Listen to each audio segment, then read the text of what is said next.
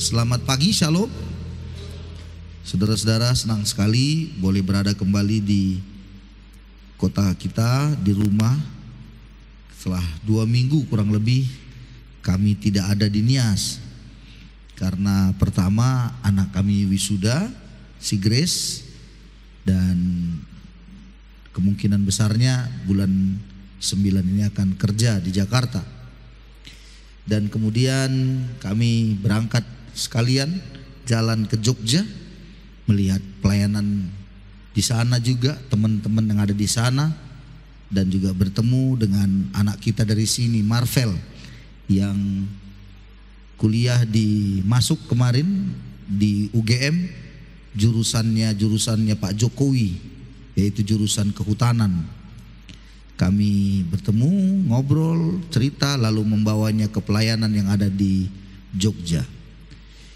Kemudian setelah itu kami berangkat lagi ke Semarang dan ada pertemuan dengan para pendeta-pendeta yang ada di Jawa Tengah dan Jogja. Dan saya dengan beberapa teman mengisi sesi tentang pengajaran dalam buku 1 yang sudah disiapkan gereja kita. Dan kemudian setelah itu kami ke Bandung mengantar Steo. Habis dari Bandung lalu ke Jakarta, dan akhirnya besoknya kami berangkat ke Nias. Tanggal 10 kami sudah sampai lagi. Cukup melelahkan tapi cukup menggembirakan juga. Ya namanya sekalian jalan, sekalian pelayanan, sekalian lihat anak, semuanya disekaliankan semuanya. Saudara-saudara, dari perjalanan kami semuanya yang kami lihat, dan dari hasil pertemuan-pertemuan saya dengan teman-teman pendeta, juga dari hasil diskusi ataupun pembicaraan ngobrol begitu dengan anak-anak mahasiswa yang ada di Jogja, dan terutama juga teman-teman anak saya Grace yang wisuda, berkesimpulan saya bahwa memang kita harus benar-benar segera mungkin, bukan lagi lambat ya, harus sesegera mungkin menyiapkan anak-anak kita dalam dunia pendidikan. Dunia pendidikan kita di Nias dengan segala kemampuan yang sudah ada masih jauh tertinggal. Dari cerita mereka semua yang ada di Jogja, mereka-mereka yang kuliah, ya mereka mengatakan kita di sini harus betul-betul berjuang untuk pendidikan anak kita. Dan memang harus kita maklumi ada 2 mata pelajaran yang kita sangat lemah. Yang pertama itu adalah matematika, dan yang kedua adalah bahasa Inggris. Itu sebabnya kita semua ya dari sisi gereja dulu, kita dari gereja, kita coba untuk bagaimana supaya mempersiapkan generasi di hari ke depan. Itu sebabnya saya kemarin sudah katakan bahwa kita akan buka kebaktian Komsel bahasa Inggris. Jadi itu akan dimulai pada hari Sabtu ini, jam 4:30 di gereja anak dimulai. Bagi bapak ibu yang punya anak SMP SMA, ya hanya anak muda yang SMP SMA, gak usah ikut mamanya, udah susah, gak usah lagi. Apalagi bapaknya sama saja, udah susah. Gak usah lagi bapak mamanya, anak SMP yang SMA. Mengapa? Karena sekalian kita ibadah Komsel bahasa Inggris, nanti semua pakai bahasa Inggris. Dan saya berharap juga pengkhotbahnya pakai bahasa Inggris. Semua, ya, semua harus pakai bahasa Inggris. Dan itu salah satu, katakanlah dulu kita dari gereja ingin mempersiapkan generasi kita. Dari yang lain, saya bersyukur sekali ada beberapa dari antara kita yang kami cerita, ya. Salah satu sekarang ini adalah kepala sekolah dari SMA Negeri 1 Gunung Stoli. Itu ada bersama kita di gereja, ya, baru dilantik melalui Zoom beberapa hari yang lalu. Dan juga ada dosen di Unira juga. Dan saudara-saudara, saya ingin membukakan sebuah pemikiran kita bahwa gereja itu tidak boleh hanya cuman ibadah yang tertutup begini atau hanya dalam bangunan begini. Gereja harus mulai merambah untuk melihat dunia luar memiliki wawasan yang besar. Ya saudara, ketika bertemu dengan mahasiswa-mahasiswa yang ada dari Papua di Jogja, ya, tempat di mana Marvel ibadah dan kami banyak cerita. Dan mereka bercerita banyak hal, mereka juga mengalami banyak kesulitan. Ya. Tetapi itulah hidup, harus bergerak cepat di dalam menghadapi tantangan zaman yang begitu luar biasa hari-hari ini. Saudara-saudara, perjalanan kehidupan setiap orang pasti sudah diatur Tuhan. Katakan amin. Namun perjalanan dalam kehidupan setiap orang yang diatur Tuhan itu, orang itulah yang harus mempersiapkan juga dirinya. Benar tidak? Orang tersebut harus mempersiapkan bagaimana dia melangkah, bagaimana dia berjalan. Itu sebabnya gereja, saudara-saudara, harus membukakan banyak hal tentang bagaimana menggapai hari esoknya. Kita dalam hidup bergereja harusnya menurut kebenaran kan menjadi terang dan garam dunia. Gereja harus dikatakan bahwa gereja itu berdampak bagi banyak orang. Keluar begitu, lihat hasilnya di luar, bukan di dalam. Ada banyak gereja yang hanya bermainnya itu di dalam saja kelihatan hebat. Menyembah, nyanyi, apa luar biasa, saudara-saudara. Tapi kemudian begitu di luar ternyata tidak memberikan sebuah pengaruh apapun. Pengaruh justru pengaruh yang buruk. Sehingga di Amerika dikatakan bahwa banyak orang-orang muda tidak lagi mau bergereja. Ateis semakin banyak, LGBT semakin meningkat tajam. Ketika ditanya anak-anak muda di Amerika, mengapa tidak mau bergereja? Ada beberapa alasan memang, tetapi ada alasan satu yang sungguh miris. Alasan yang terbanyak, salah satu yang terbanyak, sungguh miris. Alasan itu adalah, katanya apa? Sama saja kami melihat yang di dalam gereja dengan di luar gereja, katanya. Sama saja. Di dalam gereja itu ya ada tukang-tukang mabuknya, sama di luar juga. Di dalam gereja juga kerjanya menghina, menjelekkan, sama di luar juga. Di dalam gereja banyak sekali perceraian, tingkat perceraian begitu tinggi, sama juga dengan yang tidak bergereja. Jadi mereka bilang tidak ada bedanya, sama saja. Maka mereka tidak beribadah lagi. Itu sebabnya yang paling mengenaskan sekarang ini kalau kita lihat di Eropa, justru bangunan-bangunan gereja yang megah dengan ornamen-ornamen berbagai corak yang dibangun pada waktu dulunya, itu sebuah kebanggaan pada awalnya. Tapi sekarang justru dijual. Dijual, saudara-saudara.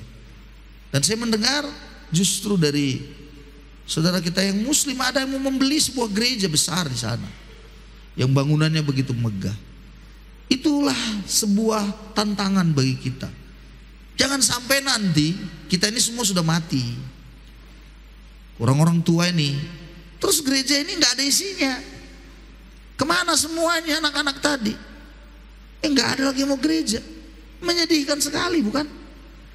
Lalu akhirnya ini dijadikan kafe, rumah makan. Coba bayangkan saudara-saudara. Maka oleh karena pelajaran berharga dari Eropa, bagaimana kondisinya di Amerika juga, di mana dahulu kala di abad-abad ke-18, 17, 18 misionaris-misionaris hebat didatangkan dari sana. Penginjil-penginjil luar biasa datangnya dari sana. Tapi belakangan kemudian sekarang hancur lebur. Ini menjadi sebuah peringatan bagi kita. Dan jangan bilang Nias tidak bisa seperti itu nantinya. Bisa saja kalau kita tidak mempersiapkan diri. Saudara-saudara, pada kesempatan ini kita akan belajar juga tentang bagaimana sebenarnya kita bertindak di dalam hidup ini. Tema-tema kita, tema ini adalah untuk bulan ini secara khusus adalah alasan atau motivasi daripada kita bertindak. Kenapa kita mesti bertindak? Ingat, bertindak itu selalu saudara-saudaraku didasarkan ada sesuatu di dalam diri, tindakan itu ada di dalam diri kita. Secara umum orang bertindak pasti ada alasannya. Makanya anak-anak muda, kenapa dia bertindak tertentu menjadi sesuatu yang dia mau lakukan? Ya itu karena ada alasannya. Mengapa dia menjadi liar? Itu juga ada alasannya. Mengapa dia menjadi orang yang mungkin bagi kita lihat, manusia yang nggak terpakai begitu ya? Itu juga karena ada alasannya.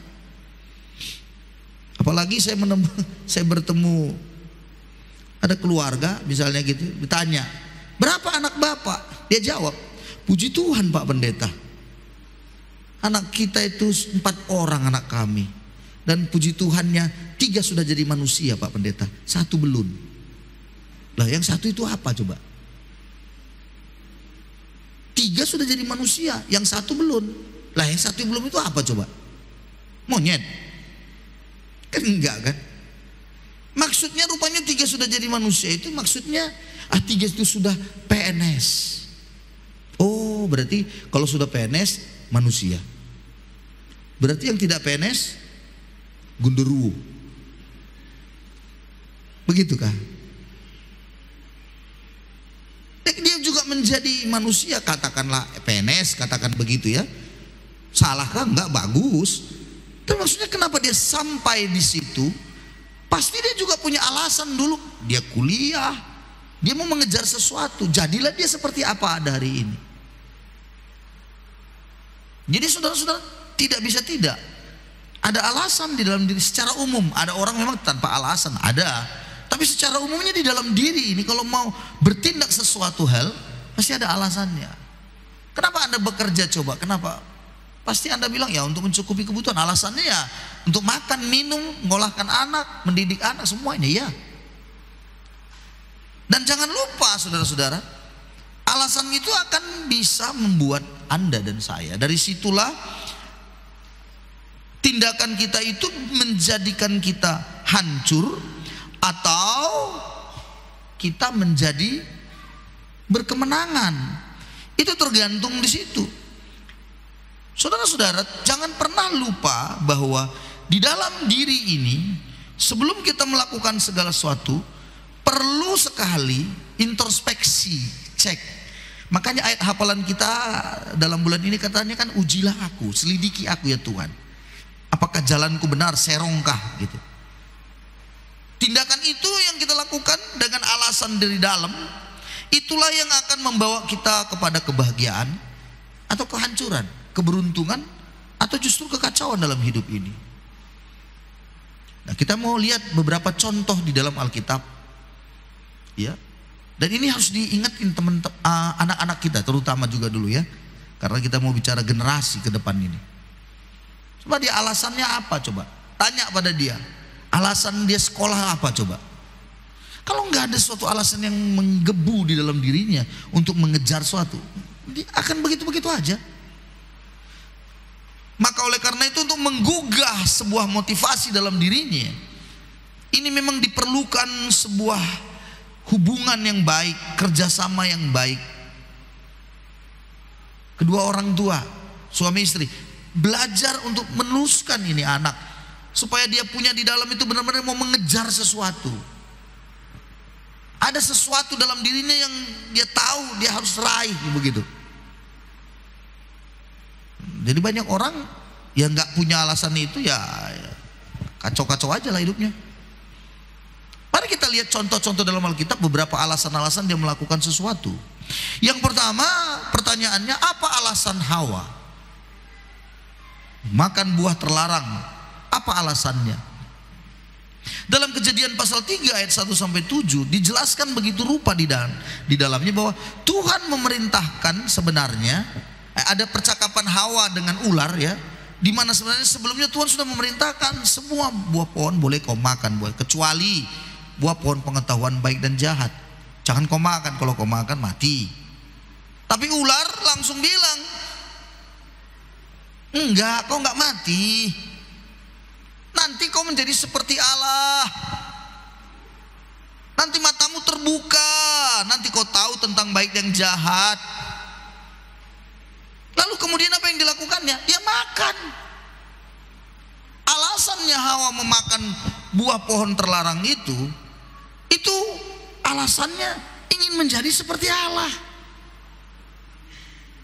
Apa maksudnya bagi kita di hidup perjanjian baru hari-hari ini? Anda dan saya kalau punya alasan bertindak, ingin mau melewati, ingin menyaingi orang lain, sampai mau menyaingi Tuhan, ingin dilihat orang lebih hebat dari yang lain, ingin membuktikan diri bahwa saya ini hebat, lebih jago dari tetangga saya. Itu namanya kesombongan memang, karena memang Hawa melakukan itu. Sebenarnya alasan atau motivasi itu sebenarnya didatangkan dari iblis. Karena iblis kenapa dia dibuang dari surga? Ya karena dia ingin menjadi seperti Allah. Sudah dikasih oleh Allah pencipta dia kerubium yang luar biasa, kemuliaan yang luar biasa di surga, menjadi pemimpin puji sembah, pemimpin paduan suara. Dia begitu luar biasa semaraknya, wah agungannya udah dikasih Tuhan, tapi nggak cukup, nggak merasa puas, dan dia ingin menyaingi Tuhan, memberontak kepada Allah. Dan apa yang ada dalam dirinya, motivasi jelek itu dalam diri iblis, itulah yang ditularkannya kepada Hawa. Dan jangan lupa, itulah yang ditularkannya hari-hari ini di dalam gereja. Dan Anda dan saya harus sadar akan hal ini. Ingin mau seperti orang lain, ingin mau melebihi siapapun, supaya dilihat orang, supaya dipuji orang. Saudara, dengan alasan-alasan itulah kita akan memperoleh kehancuran, mendatangkan kehancuran justru, bukan mendatangkan kebaikan dalam hidup ini. Saudara-saudara, sekali lagi perlu kita mengintrospeksi diri, perlu melihat diri ini. Dalam banyak hal, memberikah, melayanikah, bekerjakah, coba Anda lihat motivasi itu dalam diri Anda. Mau dipuji orang kah, mau dilihat orang kah, supaya disanjung orang kah? Bayangkan saudara-saudara, kalau yang di dunia kerja juga begitu. Ada yang dulu sering dikatakan, kalau kami di Medan dulu, angkat telur katanya. Apa tuh angkat telur tuh? Di hadapan pemimpin tuh sepertinya siap, ya, siap. Kalau ngomong ya siap, siap, ya, ya. Di situ di depan ingin cari apa? Nama, hormat. Tapi di depan pemimpin mau cari penghormatan. Tapi begitu tidak ada pemimpin tuh, ngapain dia? Nggak ada. Makanya kalau bekerja dia selalu bilang apa? Inilah menunggu petunjuk dari Bapak Bupati, menunggu petunjuk dari Pak Wali Kota, menunggu petunjuk terus, nggak ada kerjaan. Memang gimana mungkin? Tapi kalau di depan pemimpin, macam paling hormat sekali, saudara-saudara. Nah, orang-orang yang tipe jenis-jenis begini, pada akhirnya dalam tindakan-tindakannya, karena memang alasannya hanya ingin gila hormat, tindakannya itu tidak akan menghasilkan apa-apa bagi banyak orang. Saudara-saudara, makanya keluar sebuah ayat penting kalau kita bekerja. Kolose 3:23 bilang, apapun yang kau perbuat, perbuatlah seperti untuk Tuhan, bukan seperti untuk manusia, supaya kau tidak menjadi kecewa.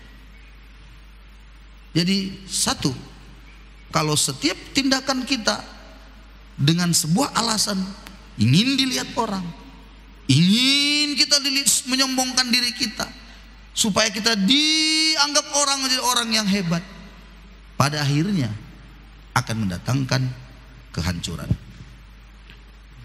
Contoh yang lain, kita dengan cepat. Poin yang kedua, contohnya itu adalah Abram. Abram dia menuju tanah Kanaan. Nah, kita mau belajar juga ini dari alasannya, motivasi Abram. Kalau kita membaca di dalam kitab Kejadian 12 memang ayat 1 sampai 5. Di situ Allah berfirman, Abram, pergi kau dari sanak saudaramu, rumah bapakmu, pergi ke negeri yang akan kutunjukkan kepadamu. Dan kemudian setelah itu Tuhan kasih janji, aku akan memberkati engkau.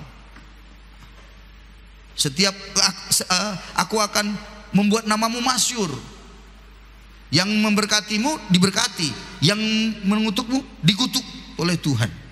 Kok hebat saudara-saudara? Luar biasa. Namamu masyhur, diberkati, nama masyhur menjadi berkat. Itu luar biasa, janji Tuhan. Namun yang saya mau, mari kita lihat sebuah kebenaran menarik sekali. Memangnya Abraham rupanya awalnya yang memang mau ke Kanaan. Kalau kita baca Kejadian pasal yang ke-11, mari kita lihat Kejadian pasal yang ke-11. Dikatakan di sana bahwa bapaknya Abram bernama Terah. Bapaknya Abram ini, dia sudah membawa Abram dan Lot, anak cucunya, kemenakan dari Abram, itu mau berangkat ke Kanaan. Coba kita lihat pasal 11. Saya lihat ya, ayat 27. Inilah keturunan Terah. Terah memperanakan Abram, Nahor dan Haran memperanakan Lot. Terah ayahnya masih hidup, matilah Haran di negeri kelahirannya di Ur Kasdim. Maksudnya Haran yang ini adalah abangnya daripada saudara daripada Abram, ya, meninggal. Abram dan Nahor keduanya kawin. Nama istri Adam Sarai, nama istri Nahor Milka, anak Haran, ayah Milka dan Yiska. Sarai itu mandul, tidak punya anak. Lalu ayat 31. Ayat 31 berkata, Terah membawa Abram anaknya serta cucunya Lot, yaitu anak Haran, dan Sarai menantunya istri Abram anaknya. Ia berangkat bersama-sama dengan mereka dari Ur Kasdim untuk pergi ke tanah Kanaan. Sampailah mereka ke Haran, tapi mereka sampai di kota Haran, menetap di sana, nggak sampai ke tanah Kanaan. Jadi sebenarnya berangkat ke tanah perjanjian yang disebutkan tanah Kanaan itu, Tuhan sudah taruh di dalam hati Terah, bapaknya Abram, untuk berangkat pergi menuju tanah Kanaan. Tapi apa yang terjadi? Dia tidak sampai, justru dia sampai di Haran di tengah jalan. Dan begitu dia sampai di Haran, saya yakin begitu beratnya pasti perjuangan untuk sampai melewati lembah gunung, panas terik lagi saudara-saudara. Dan ingat, zaman dulu belum ada sepeda motor. Zaman dulu itu pakai onta. Yang ada pun pakai mungkin kereta lembu begitu. Jauh berbulan-bulan. Akhirnya apa yang terjadi? Yang terjadi adalah dia berhenti. Dia berhenti. Sudah berapa banyak orang yang sebenarnya menuju tanah Kanaan tapi berhenti. Coba lihat, coba buka petanya. Peta perjalanan Abram. Ini saya tunjukkan nih, masih lompat dulu ya, peta. Coba perhatikan petanya. Nah, ini kalau kita lihat petanya, saudara-saudara, ini menarik sekali kalau kita lihat. Lihat sebelah kanan ini. Ur Kasdim. Ya, kanan saudara ya, kiri saya nih. Ur Kasdim itu menuju tanah Kanaan di sini. Tapi dia naik tidak bisa lurus saudara, tidak bisa. Kenapa? Karena yang di tengah ini namanya padang gurun. Padang gurun panas sekali di sini. Maka memang di daerah inilah nanti lahirnya negara-negara Arab. Tetapi dia naik ke atas, sampai di atas dia di Haran. Nggak sampai dia ke tanah Kanaan. Terah sudah ditaruh Tuhan untuk pergi ke Kanaan. Tapi memang tentunya dengan berbagai alasan tertentu dia tidak melanjutkan lagi. Mungkin saja udah kelelahan, bisa saja capek, tapi bisa juga senang sudah di sana, ketemu banyak orang, bisa berdagang, banyak uang mungkin dihasilkan. Karena kota itu begitu banyak orang penduduk, tentunya senang punya banyak teman. Saudara-saudara, ini menggambarkan bagi kita hal yang penting, bahwa tindakan setiap orang awalnya dia punya menggebu untuk menggapai sesuatu, tapi dalam perjalanannya dia bisa saja menjadi orang yang lemah, atau bisa saja dia tidak sampai ke tanah Kanaan itu karena sudah mapan. Ada rencana Tuhan yang besar sebenarnya dia bisa capai di tanah Kanaan, tapi nggak sampai karena di tengah jalan itu ada begitu kenikmatan dunia yang membuat dia itu menjadi orang yang nyaman. Dia merasa, wih enak di sini. Untuk apa aku di sana lagi gitu. Di dalam kehidupan kita, coba Anda cek, bukankah kita seringkali mau menggapai sesuatu, ingin lihat sesuatu yang besar, tapi kita tidak capai, tidak dapat karena memang apa ya? Nggak punya endurance katanya. Endurance itu ketahanan untuk kita mencapainya. Ini biasa terjadi di dalam hidup pelayanan rohani juga sering terjadi. Bisa saja terjadi. Maka apa yang diperlukan? Maka kita lihat Abraham waktu berangkat, ya. Coba kalau peta modernnya, coba lihat peta modern. Satu lagi petanya, di mana itu peta modernnya tuh? Nah, kalau kita lihat dalam peta modern itu, ini dia. Ya, saudara-saudara, itu Ur Kasdim, Ur itu daerah yang disebut negara kurang lebih Irak atau Iran. Nah, dari situ dia terus melangkah naik, terus lihat. Ada Turki di atas di Haran. Ada kemudian melewati Syria, Libanon. Nah, ini peta yang sekarang. Kalau dilihat kalau ditinjau dari sudut peta modern sekarang, jauh memang itu jauh. Jauh sekali saudara-saudara. Nah, hidup ini memang perjalanan yang harus kita raih itu kadang-kadang memang jauh. Melelahkan, iya. Capek enggak? Capek. Coba Anda punya anak. Dulu sebelum kita punya anak, mati-matian berdoa maniri-niri doanya supaya punya anak. Lalu setelah punya anak, bagaimana? Sampai ada yang bilang sama saya, ibu-ibu ada yang bilang, anakku inilah lebih bagus kurasa mati dia ini. Lah coba, lebih bagus matilah anak ini, tak ada gunanya hidup ini begini. Nah coba, kenapa bisa begitu? Capek kan? Lelah kan? Iya. Ada saatnya seperti itu Bapak Ibu. Nah, kita harus melewati itu memang. Harus sampai ke tanah Kanaan. Harus sampai ke tempat yang berlimpah-limpah susu dan madu kata Alkitab. Mari kita lihat kalau begitu Abraham melanjutkan perjalanan dari bapaknya itu. Maka Kejadian pasal 12 dikatakan apa? Bahwa berfirman Allah, pergilah dari negerimu, dari sanak saudaramu, ya kan? Lalu disebutkan ayat 2, aku akan buat kau menjadi bangsa yang besar. Bangsa yang besar, memberkati dia, memberikan janji penjagaan pemeliharaan, berkat Tuhan. Lalu ayat selanjutnya berkata, ayat yang keempat dalam Kejadian 12, pergilah Abraham seperti yang difirmankan Tuhan kepadanya, dan Lot ikut bersama dengan dia. Abraham berumur 75 tahun waktu ia berangkat dari Haran. Abraham membawa Sarai istrinya dan Lot saudara-saudaranya, dan segala harta benda yang dapat mereka orang-orang diperoleh mereka di Haran. Mereka berangkat ke tanah Kanaan, lalu sampai di situ. Saudara-saudara lihat, ternyata Tuhan memang memelihara Abraham bapaknya itu. Di Haran mereka dapat ternak juga ya. Artinya mereka punya harta benda yang mereka dapat juga. Jadi mereka memang dapat sesuatu. Ada apakah itu kekayaan? Ya, harta benda itu. Ada lembu sapi ternak mereka semua. Ya, dulu ukurannya seperti itu. Memang lembu sapi ternaknya itu banyak. Itu ukuran orang kaya pada zaman itu. Nah, saudara-saudara dibawa semua. Meninggalkan ayahnya, rumah ayahnya, meninggalkan sanak saudaranya. Saudara-saudara, kalau Anda dan saya mau melangkah melihat bagaimana Tuhan akan menyertai memberkati saudara, Anda harus keluar dari sanak saudara, rumah bapak ayah. Itu maksudnya gini, maksudnya Anda keluar dari zona nyaman hidup saudara. Karena di Haran tadi Terah sudah bisa saja sudah punya usaha, sudah punya bisnis yang baik.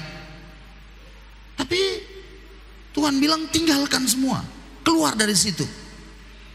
Keluar dari zona nyaman untuk menggapai sesuatu yang lebih besar. Kanaan yang luas, luar biasa. Tuhan akan membuat dia menjadi bangsa yang besar di sana. Namanya akan masyhur dibuat Tuhan. Keluar dari situ.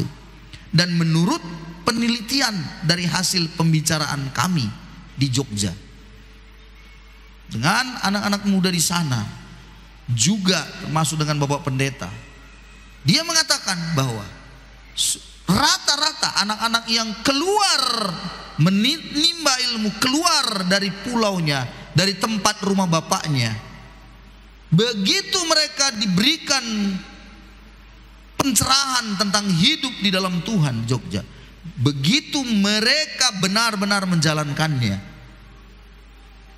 mengherankan, mereka menjadi lebih berhikmat, mereka menjadi orang yang lebih percaya diri, mereka menjadi orang yang lebih mampu bersaing, punya kemampuan, talenta, bakatnya itu keluar, diekspos begitu.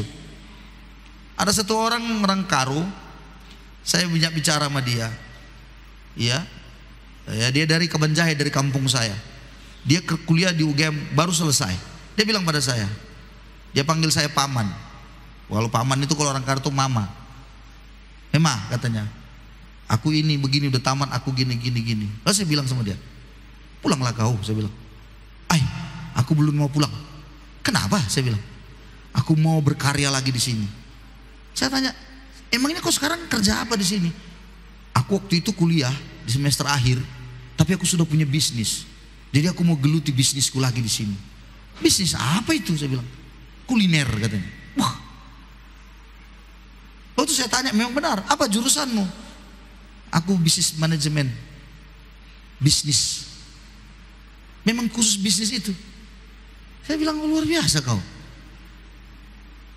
Saya yakin dan percaya kalau di kampungnya sana, di rumah bapak mama emang enggak kembang.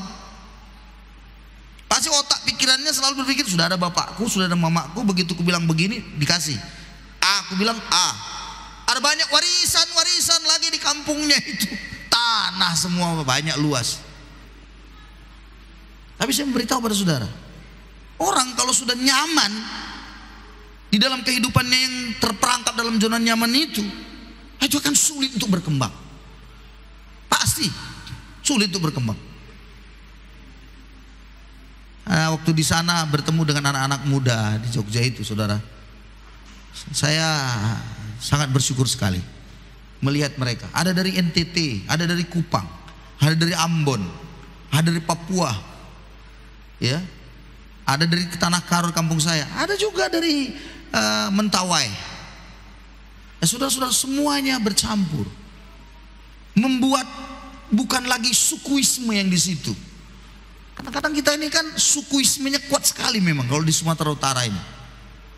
Sehingga kita sulit kali berkembang. Mengapa? Karena kita memegang paham suku kita terus. Kita nggak mau keluar. Mereka begitu ke sana, mereka nggak punya pegangan lagi sukuismenya. Semua jadi teman dalam kesusahan dan kesenangan. Saudara-saudaraku, bagaimana dengan kita hari-hari ini? Apakah kita sudah zona nyaman? Sudah ada gaji? Sudah tenang, ya kan? Dulu belum punya anak, sekarang sudah punya anak. Lalu ketika dibilang, ayo kita mulai melayani, aduh ngurus anak dulu pak. Oke, ya namanya masih 1 tahun. Ya, lepas 1 tahun, ini pak lagi berjalan dia pak, jatuh-jatuh, jadi jangan dulu melayani, jatuh-jatuh dia. Ya 2 tahun, 3 tahun, ada aja, akhirnya gak jadi-jadi. Mengapa begitu? Nyaman, sudah nyaman, sudah ada apa lagi gitu. Saudara-saudara, kita harus keluar dari zona nyaman. Kalau begitu alasan Abraham kenapa dia berjalan, kenapa dia bertindak ke sana? Jawaban yang pertama, alasannya itu karena memang dia percaya akan janji Tuhan. Dia bertindak, alasannya itu ke sana, dia pasti sampai di sana. Melangkah karena itu memang perintah Tuhan. Dia menjadi taat karena perintah Tuhan itu, tapi dalam ketaatannya melangkah, dia pegang janji Tuhan. Dalam Ibrani 11 dikatakan ayat yang ke-6, Abraham itu dengan imannya, taat dengan imannya itu dia berangkat. Saudara-saudaraku, alasan Anda bertindak hari-hari ini dalam membesarkan anak, dalam bekerja, dalam apapun yang hari-hari ini sedang Anda kerjakan, peganglah janji Tuhan. Jangan kau pegang janji orang lain. Pegang janji Tuhan, pemeliharaannya, penjagaannya, itu akan ada dalam hidup saudara. Taat saja kerjakan bagian saudara. Janji Tuhan Anda pegang dalam hidup saudara. Pada akhirnya saudara dan saya akan memperoleh apa yang dijanjikan itu. Amin, saudara-saudaraku. Besar sekali harapan saya. Ini karena baru pulang dari sana ya. Saya dengan istri di tengah jalan di kereta api ya. Kami ambil 4 bangku. 2 bangku itu si Grace sama Steo. 2 bangku yang samping-sampingnya di kereta api dari Semarang ke Jakarta 7 jam. Sengaja saya ambil malam supaya sekalian tidur di kereta api. Ternyata nggak bisa juga tidur. Iya. Ngobrol di tengah jalan, kami cerita hebatnya Tuhan itu ya. Kami selalu bilang hebat Tuhan itu. Bisa mengkuliahkan anak, menyelesaikan kuliahnya, lalu kemudian nanti ada lagi, 2 lagi, hebat. Kita bisa sampai begini apa? Dia bilang iya hebat Tuhan itu.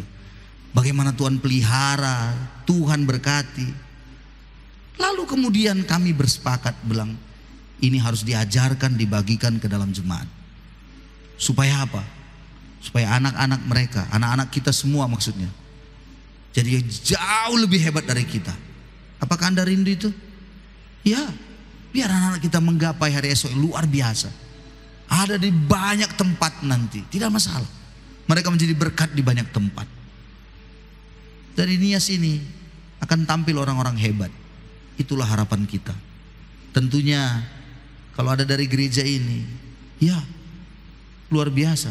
Kalau ada yang menjadi anggota dewan, didukung. Mau jadi caleg siapa? Dukung. Kita doakan. Asal jangan saya jadi caleg, rusak negara. Tawaran begitu banyak, enggak usah lah. Cukuplah saya seperti ini. Udah lebih mulia saya daripada caleg-caleg itu. Amin, saudaraku. Kalau saya masuk di sana, nggak bisa ku khotbahi mereka, nggak bisa ku marah-marahi. Tapi kalau aku dari luar bisa, kalau aku diundang khotbah, ku marah-marahi mereka semua. Bertobatlah kau bapak, kau korupsi aja uang negara, aku bilang bisa kan? Tapi kalau di sana nggak bisa, karena dibilangnya apa? Samanya kita pak, katanya kan gitu. Beda-beda kan? Ya lah saudara, raih. Itu sebabnya, ya sekali lagi hari Sabtu ini, anak-anak itu SMP SMA, ayolah, antarkan kemari ke. Jangan lagi pula ada bapak-bapak yang nggak mau ngantar anaknya, susah.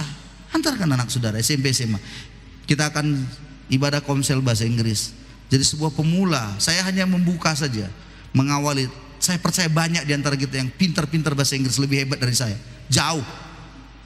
Tapi saya sudah membuka. Nanti akan mulai berjalan pelan. Biarlah anak-anak kita mendapatkan hal-hal yang lebih luar biasa. Amin, saudara-saudaraku. Ya. Ibu sekarang lagi di atas dia nih. Dia khotbah di bahasa Nias ya. Jadi kalau kami, sekali lagi, kalau kami selalu berbicara semalam lagi, sebelum tidur lagi, ngobrol lagi, saudara-saudaraku, semuanya cerita tentang bagaimana Tuhan menyertai, Tuhan memberkati, Tuhan memelihara, melindungi. Sempurna penyertaan Tuhan itu. Sampai umur kita nanti kapan dipanggil Tuhan, kita sudah melihat generasi hebat ada dari gereja ini. Tuhan memberkati kita semuanya. Mari kita beri tepuk tangan, haleluya. Mari pemain musik.